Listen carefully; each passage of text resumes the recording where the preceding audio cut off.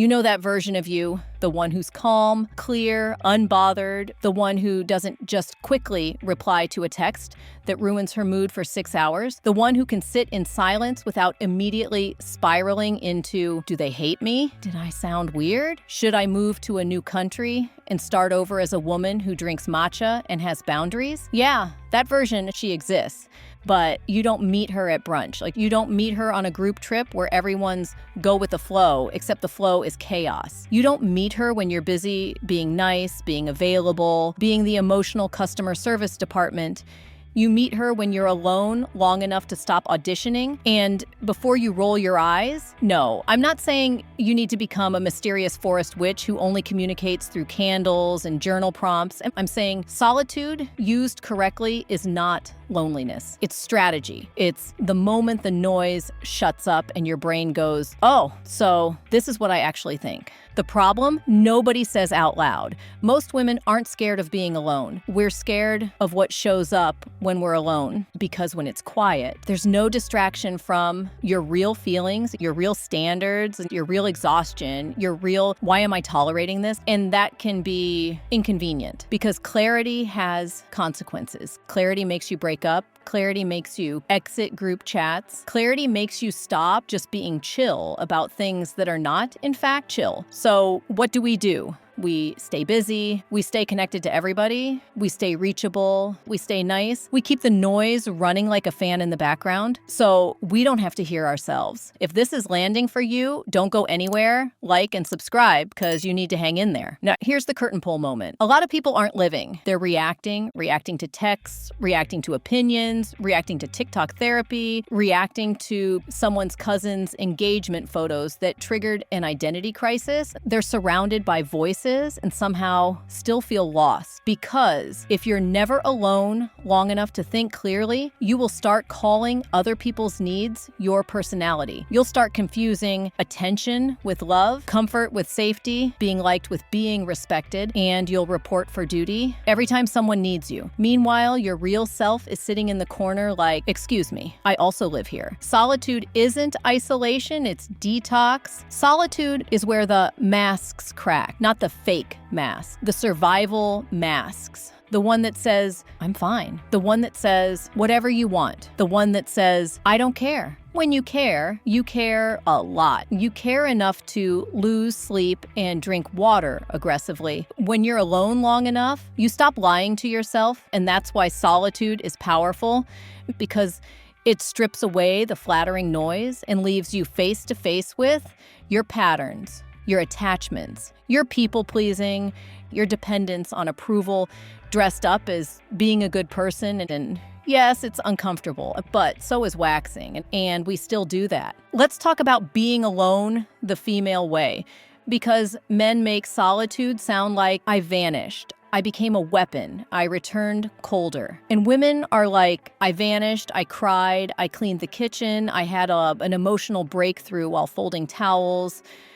Different energy, same result. Because solitude for women isn't about becoming brutal. It's about becoming self-owned. And it's about becoming the kind of woman who doesn't need to explain her boundaries, justify her standards, audition for love, beg for respect. It's not cold. It's clear. And clear women are terrifying to chaos. Still there? Cool. Don't forget to subscribe. Let's continue. What solitude gives you that the noise steals? Solitude gives you vision. Not boss babe, vision board vision. Real vision. The kind that makes you realize, oh, I'm not overwhelmed because I'm weak. I'm overwhelmed because I'm carrying things that aren't mine. When you're alone, you start noticing patterns. Who only calls when they need something? Who drains you and calls it honesty? Who benefits from you being confused? You start seeing power dynamics, like you can read subtitles, and once you see it, you can't unsee it. That's the advantage. Most people stay in the fog. Solitude hands you a flashlight. The truth about being liked. There's a quiet addiction most women carry, not to drama, to being liked, to being the easy one, the cool one, the strong one. And that addiction will make you negotiable. You'll tolerate disrespect because you don't want to be mean. You'll over-explain because you don't want to be misunderstood. You'll stay accessible because you don't want to be difficult. But here's the plot twist. The moment you don't need people to like you, you become impossible to manipulate, because manipulation needs leverage. And your biggest leverage point is usually, I don't want anyone to be mad at me. Solitude breaks that, because in solitude, you remember, I can be okay, even if someone doesn't approve of me. That's freedom. That's power. The part nobody romanticizes, but it matters. Solitude is not glamorous. It's not aesthetic. It's not candles and soft jazz and journaling with perfect handwriting. Sometimes solitude is you deleting a number and feeling your chest tighten. You realizing you miss someone who is bad for you. You sitting in your own silence and hearing the truth knock like the FBI. And you stay anyway. You don't run back to comfort. You don't text him. You don't rejoin the group chat. You don't volunteer to fix the vibe. You stay, and that's where the unshakable part is born. Not in the absence of pain. In the refusal to abandon yourself. Practical, real-world solitude, not dramatic. So what does this actually look like? It looks like saying no to invitations that cost you more than they give you.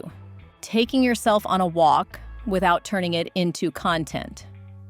Turning off notifications like you're cutting power to the chaos. Spending time alone not to heal faster, but to hear yourself.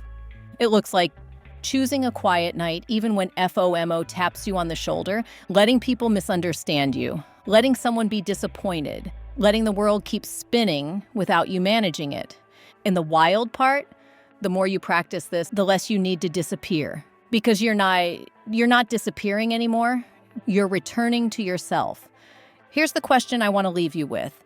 What if being alone isn't a punishment? What if it's your nervous system finally saying, can we please come home to ourselves?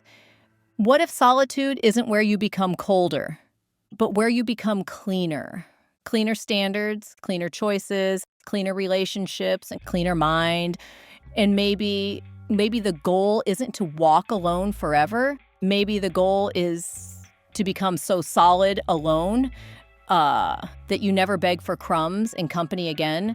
Because the woman who can sit in her own silence can't be owned by noise.